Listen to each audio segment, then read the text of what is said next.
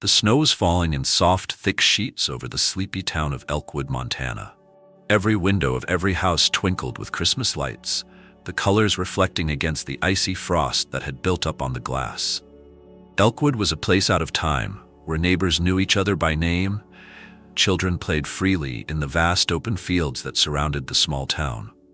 It was Christmas Eve, and the world seemed still, peaceful. But not everyone was at peace.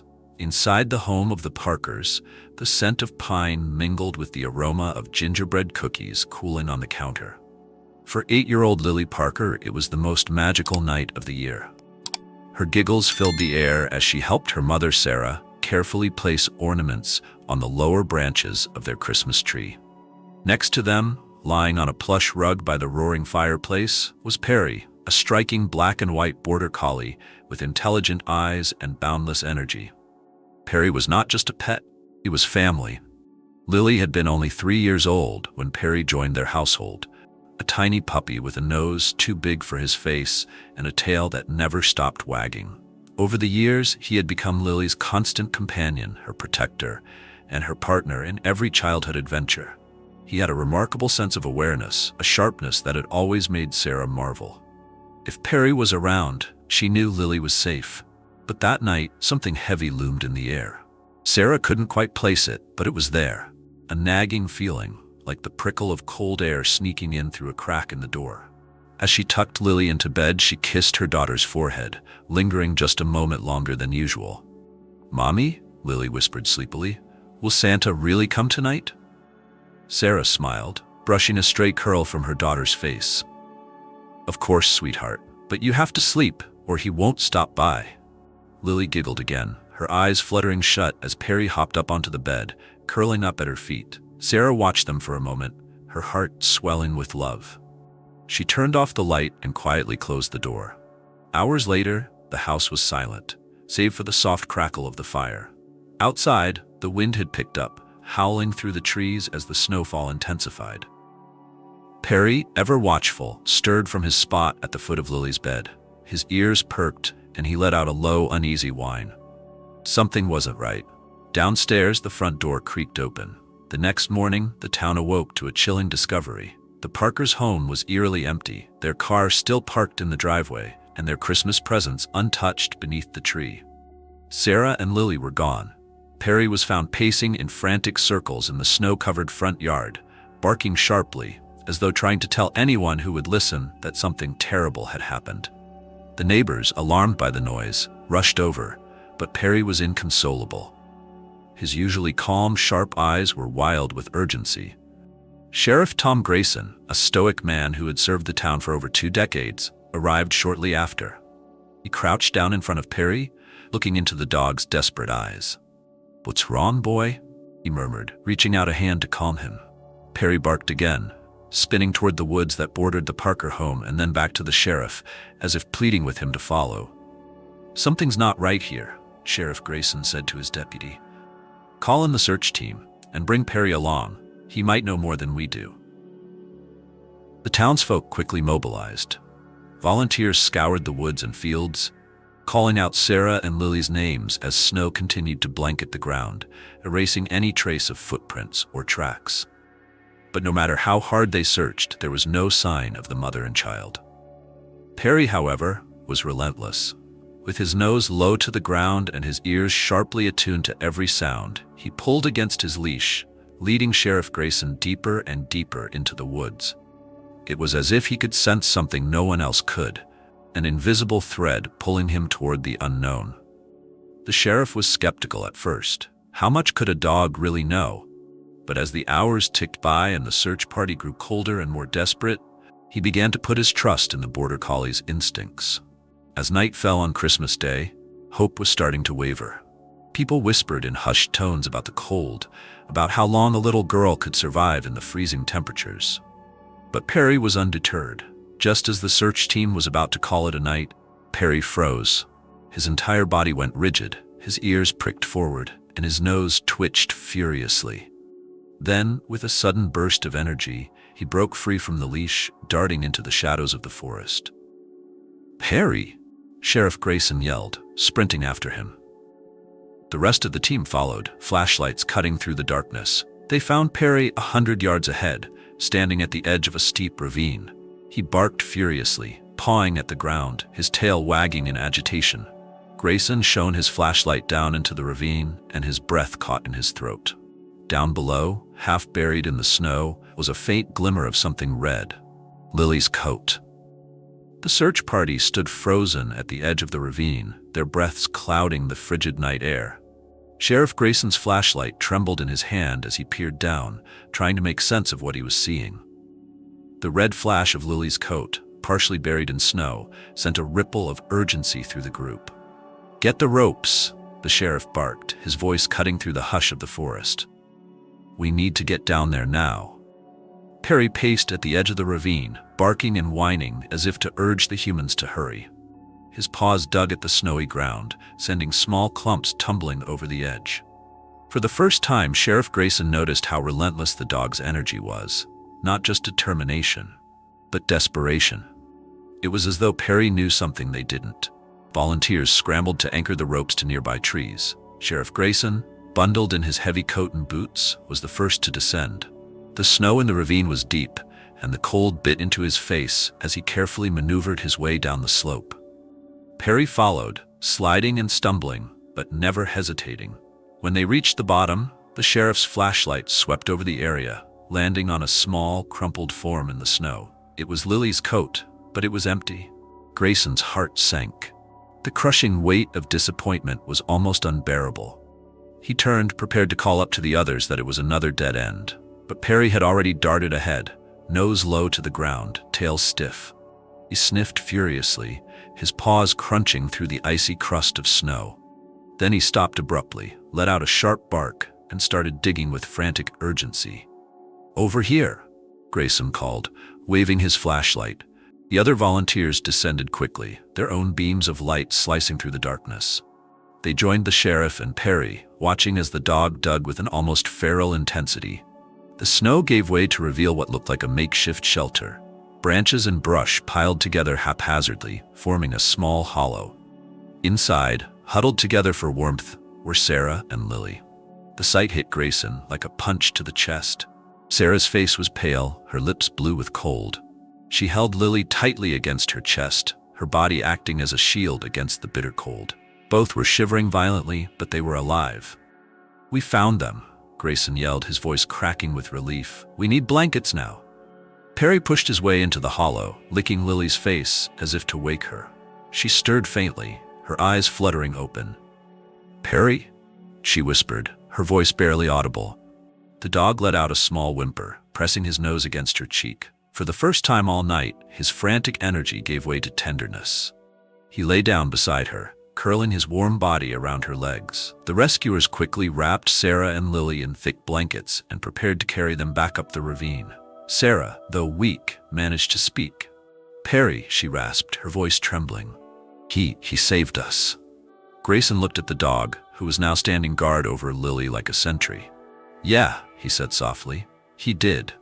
As they carried Sarah and Lily back to the Parker home, the story of their ordeal slowly unfolded.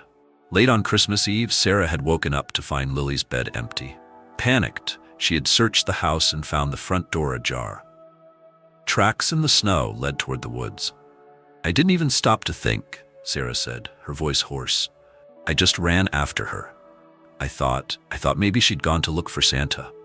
But the snowstorm had quickly turned the woods into a disorienting maze. Sarah had lost her way and eventually found Lily sitting at the base of a tree, crying and shivering. She had scooped her daughter into her arms and tried to find their way back, but the snow was falling too fast, and the cold was too unforgiving. "I knew we wouldn't make it," Sarah admitted, tears streaming down her face. "So I found a place to hide us from the wind. I just held her and prayed someone would find us." Despite the relief of finding them alive, the ordeal wasn't over. Sarah and Lily were both suffering from severe hypothermia, and Sarah's frostbitten fingers were so stiff she could barely move them. The search party hurried them back to the house, where paramedics were waiting. Through it all, Perry never left Lily's side. Even as the paramedics worked to warm her and monitor her vitals, he stayed close, his eyes never leaving her face. But there was one question that lingered in everyone's minds. How had Perry known where to find them? It's like he was guided by something, one of the volunteers murmured. Sheriff Grayson couldn't shake the feeling either. Perry had been the key to everything: his determination, his instincts, his unshakable bond with Lily. Without him, the ending might have been tragically different. The Parker house was a whirlwind of activity. Inside, paramedics moved swiftly, wrapping Sarah and Lily in thermal blankets and administering warm fluids. Sheriff Grayson stood in the corner of the room, quietly relaying updates to the search volunteers still stationed outside. Snow continued to fall heavily, blanketing the town in silence, but inside, the tension was palpable. Every second counted. Perry, however, refused to relax. Despite the warmth of the room and the presence of the family he adored, he remained restless. He paced back and forth between Lily's side and the frosted window, his black and white fur bristling with unease. His nose twitched, and every so often he'd let out a low whine, as though something was still wrong. Lily, wrapped in blankets on the couch, clung to Perry's neck with trembling arms. Her small voice cut through the murmurs of the paramedics. "Mommy," she whispered, her wide eyes fixed on Sarah, who sat slumped in a chair, her frostbitten hands trembling. Perry kept barking, and I heard it. That's how we knew to hide under the branches. Sarah, pale and exhausted, gave a weak nod. "He saved us," she murmured again, her voice cracking with emotion. "He brought you back to me." But as Grayson watched Perry's restless pacing, a sinking feeling began to grow in the pit of his stomach. The dog was acting strangely, like he wasn't finished, like there was something he still needed to do. "Hold on," Grayson said, his voice firm as he approached the dog. "Perry, what is it, boy?" Perry stopped pacing and stared at him, his sharp, intelligent eyes locking onto the sheriff's. Then, suddenly, Perry bolted toward the door, barking furiously. He scratched at the wood with his paws, his movements urgent. "Perry," Grayson called, but the dog wouldn't stop. "Sheriff, what's going on?" one of the paramedics asked. Grayson frowned deeply, his gut telling him to trust the dog. He grabbed his coat from the back of a chair and moved to the door, pulling it open. A blast of icy wind hit him, but Perry darted out without hesitation, his paws kicking up fresh snow as he ran toward the woods. The sheriff hesitated for a fraction of a second, then turned back to the room. "Stay here," he ordered the paramedics. "I'm following him." "I'll come with you," said one of the volunteers, a young man named Jack. "No," Grayson said firmly, pulling his flashlight from his belt. "Stay here with Sarah and Lily. If Perry is onto something, I'll need to move fast." Without waiting for a response, Grayson stepped out into the storm. Perry's barking echoed through the darkness, a beacon in the otherwise silent forest. The snow was thicker now, making it nearly impossible to see more than a few feet ahead, but Grayson trudged forward, following the sound. "Perry," he called, his voice muffled by the howling wind. "Where are you going, boy?" The dog didn't stop.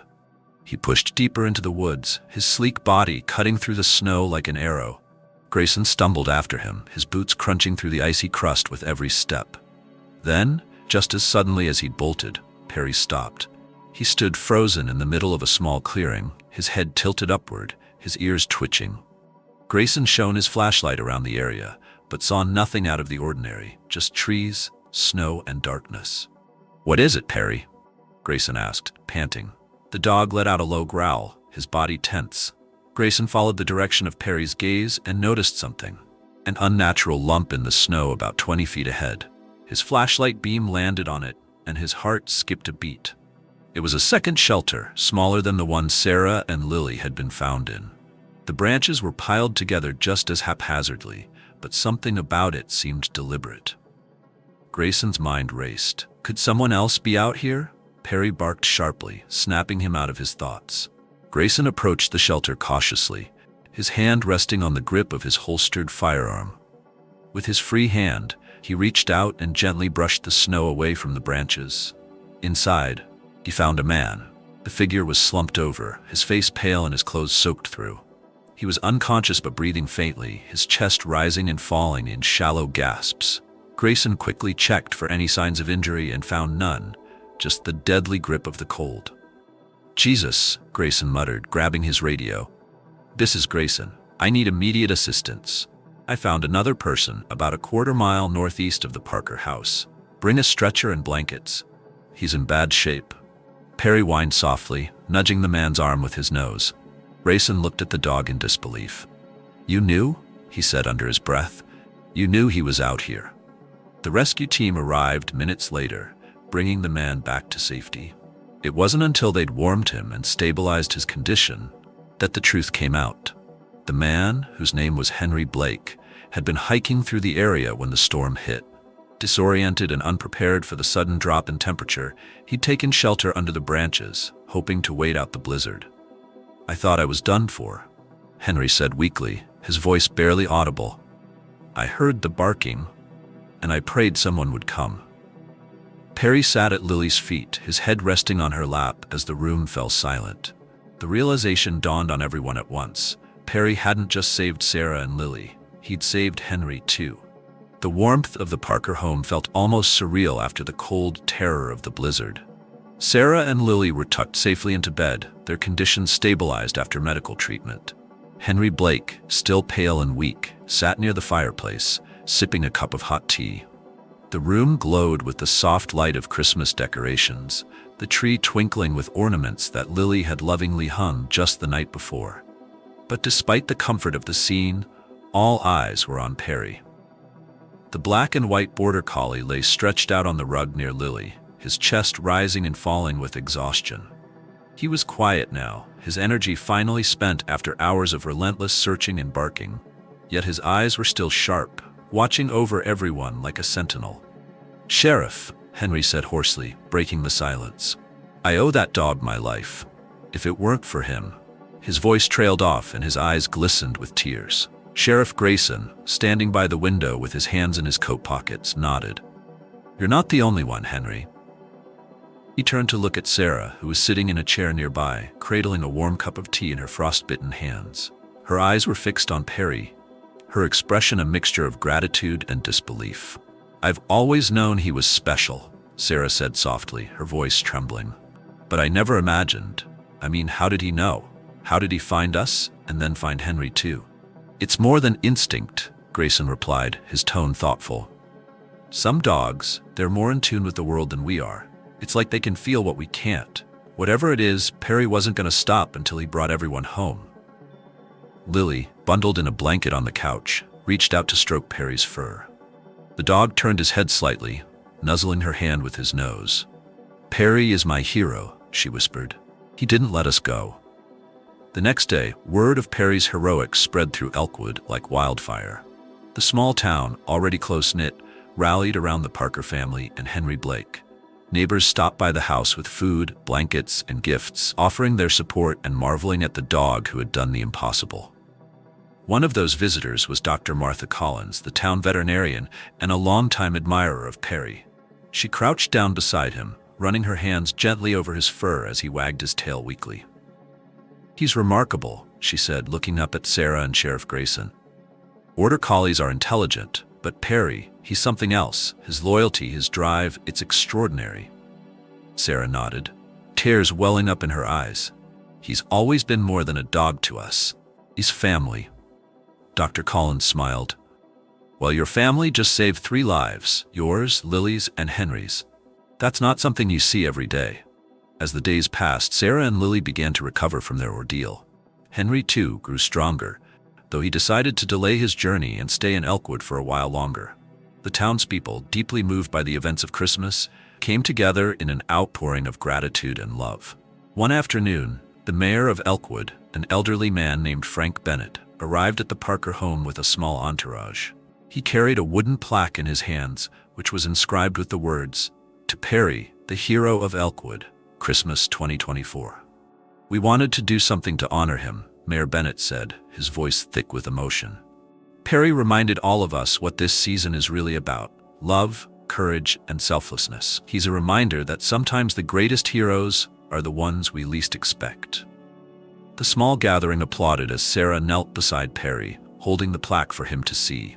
The dog tilted his head, his eyes bright as his tail thumped against the floor. Thank you, Sarah said, her voice breaking. I don't have the words to say how much he means to us. He didn't just save our lives, He saved our Christmas, our family. As the days turned into weeks, life in Elkwood slowly returned to normal. But the story of Perry's heroism became a cherished part of the town's history. Children told the tale to one another in hushed, awed voices, and the local paper ran a front-page story titled "The Dog Who Saved Christmas." For Sarah, Lily, and Perry, life was forever changed. The bond between them deepened in ways they hadn't thought possible. Perry, though still the same energetic and playful dog, seemed to carry himself with a quiet dignity, as though he understood the magnitude of what he had done. One evening, as the sun set behind the snow-covered hills, Sarah sat by the window, watching Lily and Perry play in the yard.